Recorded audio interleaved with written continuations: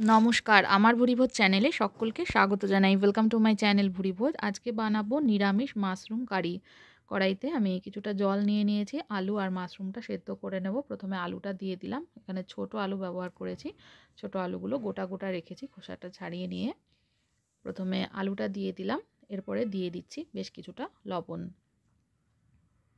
এবার জলটা অল্প ফুটে উঠলে আমি এর মধ্যে দিয়ে দিচ্ছি মাশরুমগুলো। 10 মিনিট মতন আলু আর মাশরুমটা সেদ্ধ করে নিতে হবে।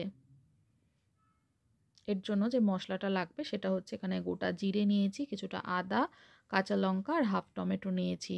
মটরশুঁটিগুলো দিয়ে দিলাম। কিছুক্ষণ পরে মাশরুমটা দেওয়ার 4-5 মিনিট পরে আমি মটরশুঁটি দিয়ে দিচ্ছি। সমস্ত কিছু ভালো করে 10 থেকে 12 মিনিট সেদ্ধ করে নেব। এখানে রয়েছে ভাজা বাদাম আর পোস্ত, সেটাও আমি এই জিরে, আদা, লঙ্কা, টমেটো বাটবার সময় দিয়ে দিলাম। একসাথে সমস্ত কিছু একটু জল দিয়ে বেটে নেব। 10 মিনিট সেদ্ধ করার পরে এটা কড়াই থেকে নামিয়ে নিয়েছি। এবার কড়াইতে দিয়ে দিয়েছি সর্ষের তেল। সর্ষের তেল দেওয়ার পরে দিয়ে দিলাম জিরে আর মেথি ফোড়নে। ফোড়নটা ভালো করে ভেজে নেব। ফোড়নটা ভাজা হয়ে গেলে এবার আমি এর মধ্যে দিয়ে দিচ্ছি কিছুটা হলুদ গুঁড়ো।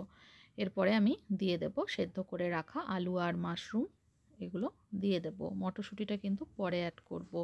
প্রথমে আলু আর মাশরুমটা কিছুক্ষণ ভেজে নেব।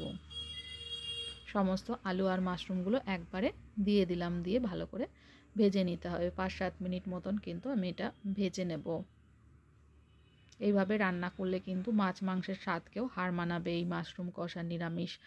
একদম পেঁয়াজ রসুন ছাড়া এটা তৈরি করছি। এবার ভাজবার সময় এর মধ্যে দিয়ে দিলাম কিছুটা নুন। নুনটাকে ভালো করে মিশিয়ে নিয়ে আলু আর মাশরুম ভালো করে ভেজে নেব।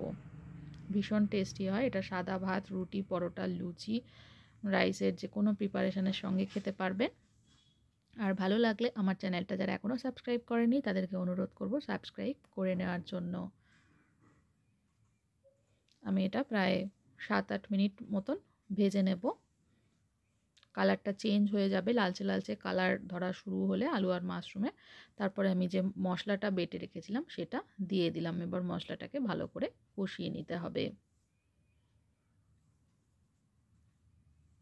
ভালোভাবে মিশিয়ে নিয়ে মশলাটা কষিয়ে নেব যতক্ষণ না পর্যন্ত মশলা থেকে তেল ছাড়ছে। এরপরে আমি দিয়ে দিচ্ছি সেদ্ধ করে রাখা মটরশুঁটিগুলো।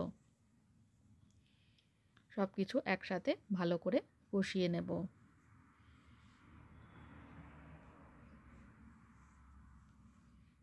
এবার আমি এর মধ্যে দিয়ে দেব যে বাটিটা ধুয়ে রাখা জলটাও দিয়ে দিচ্ছি। ওর মধ্যে কিন্তু মিক্সির বাটির গায়ে বেশ খানিকটা মশলা থাকে, সেটা একটু জলে গুলে দিয়ে দিলাম। দিয়ে আবারও ভালোভাবে কষিয়ে নিতে হবে। কষাতে কষাতেই কিন্তু এই আলু মাশরুম এগুলো সেদ্ধ হয়ে যাবে। আর রান্নাটায় কিন্তু খুব একটা জল পড়বে না, একটু মাখা মাখা টাইপের রান্নাটা হবে। এবার এর মধ্যে দিয়ে দিচ্ছি কাশ্মীরি লঙ্কা গুঁড়ো। কালারের জন্য কাশ্মীরি লঙ্কা গুঁড়োটা ইউজ করলাম।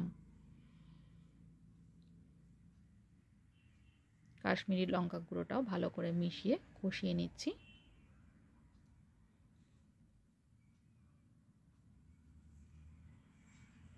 এবার এর মধ্যে যখন একদম জলটা শুকিয়ে আসবে, যেটুকুনি জল অ্যাড করেছিলাম সেটাও শুকিয়ে আসবে, তেল ছাড়তে শুরু করবে, তখন আমি এর মধ্যে দিয়ে দিচ্ছি চিনি। চিনিটাকেও ভালো করে মিশিয়ে নেব।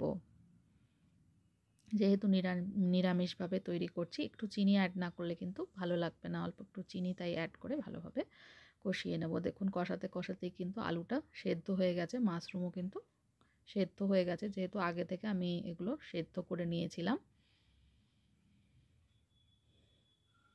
এবার গ্রেভিটা কিন্তু অনেকটাই শুকিয়ে এসছে, আবারও তেল ছাড়তে শুরু করেছে। এবার আমি এর মধ্যে আরও একটু অল্প করে জল দিয়ে দিলাম। জল কিন্তু বেশি দেব না, অল্প পরিমাণে দেব, কারণ সমস্ত কিছু কিন্তু ভালোভাবে সেদ্ধ হয়ে গেছে, আলু মাশরুম এগুলো সেদ্ধ হয়ে গেছে। এবার জাস্ট গ্রেভিটাকে একটু ঘন করে নেব। এবার দিয়ে দিলাম একটু সামান্য পরিমাণে ধনেপাতা কুচোনো। ধনেপাতাটাকেও ভালো করে মিশিয়ে নিচ্ছি। এবার আমি এর মধ্যে অ্যাড করে দেবো ধনেপাতাটা দেওয়ার পরে 1 মিনিট মতন ফুটিয়ে নিয়ে গরম মশলা গুঁড়ো দিয়ে দিলাম, এলাচ, দারচিনি আর লবঙ্গর গুঁড়ো। এটাকেও ভালো করে মিক্সড করে নিচ্ছি। গরম মশলাটা দেওয়ার পরে আরও 1-1.5 মিনিট মতন ফুটিয়ে নেব। তারপরে শেষে খুব সামান্য পরিমাণে একটু ঘি অ্যাড করে দেবো। দিয়ে এটাকে ভালো করে মিশিয়ে নিলেই কিন্তু আলু মাশরুম কারি বা নিরামিষ মাশরুম কারি একদম তৈরি হয়ে যাবে খাবার জন্য।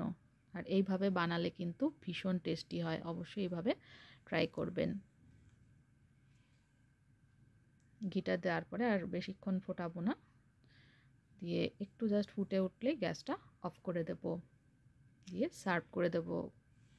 রেসিপিটা দেখার জন্য সকলকে অনেক অনেক